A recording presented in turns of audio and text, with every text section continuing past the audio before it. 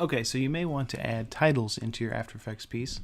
One way to do that is using the type tool.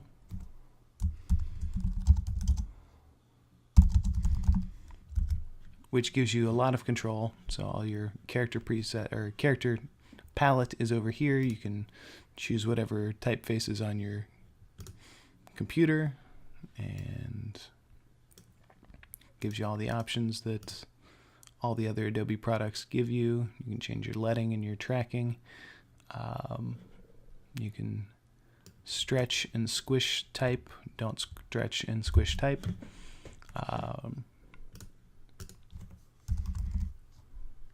You could add drop shadows.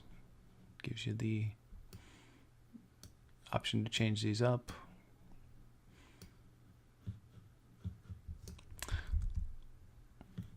Or another option is that you can create your titles in After Effects or in Photoshop. So I've got something created over here in After Effects, or I'm sorry, in Illustrator. And the one way you can do this, so Illustrator has presets for, so if you change your profile to video and film, it has presets for video and film. You would choose HDV, HDTV 720, which gives us the 720, or I'm sorry, the 1280 by 720 resolution that we're looking for. So in the background, I've got one created already called Uh-Oh, It's Magic. And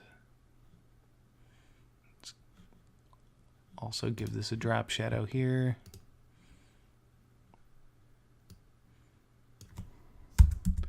I don't typically recommend drop shadow in print work, but in video it helps pull it away from your background just slightly. If you have text over top of a lighter background or a motion background, the drop shadow will help make the text a little bit more recognizable. Again, not a priority. You do not have to put drop shadows on all your text. So I'm going to click OK. I'm going to go to Save. And go back in here to After Effects. I can go to File, Import File. And this is on my desktop called Magic Title. Places it in there. I just drag it down into my timeline. We'll get rid of the here's my title that I created, and here's my Uh-Oh, It's Magic. And so I have all the options that I did for my video piece. So I can size this to fit my composition.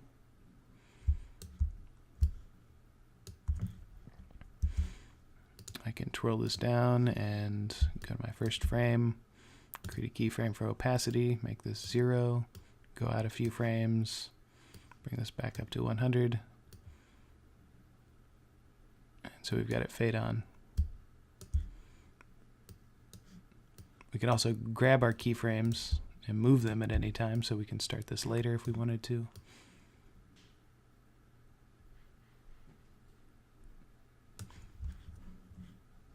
Okay, so that's, excuse me. Okay, so that's a little brief intro into bringing titles in. The nice part about using Illustrator to make your titles